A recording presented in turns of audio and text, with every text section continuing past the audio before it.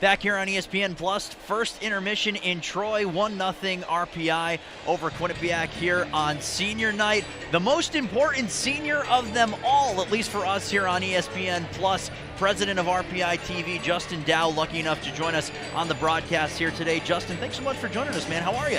Thank you for having me on. It's being behind the cameras for all this time. It's kind of weird being in front of them for the first time, you know? I know, it's great to have you. Justin and I, just to give some context, we work together every single week. We met each other in September at the beginning of the broadcast season. He is the ultimate professional and one of the best that I've had the opportunity and the pleasure to work with.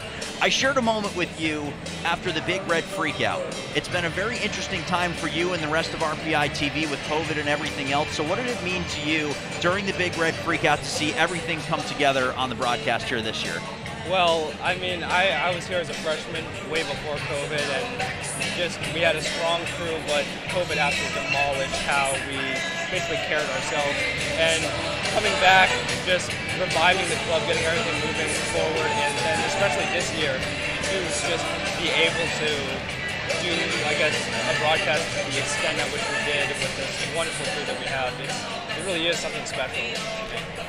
And I could tell that too, and it was really cool to be able to have that conversation with you after the fact. So let's talk about you and you as a professional as well. I was reading in some of the prep, you've been the president for 2 years, but you've been involved in TV production for 6 years. So what is the goal afterwards? Do you have a goal of working in TV afterwards? What's it going to look like for you coming up?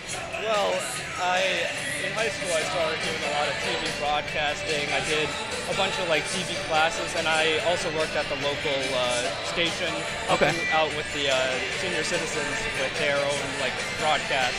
And I mean, moving forward, this really has been a really special opportunity for me here at RPI to be able to work on professional TV broadcasting. But my future lies in biomedical engineering. Okay. I'm graduating with that, and I'm looking forward to going into the R&D scene for that. Well, you're going to kill it. I know that. Before we hit a break here on ESPN Plus, what's been your favorite memory and your favorite part of working with RPI TV and putting these games together?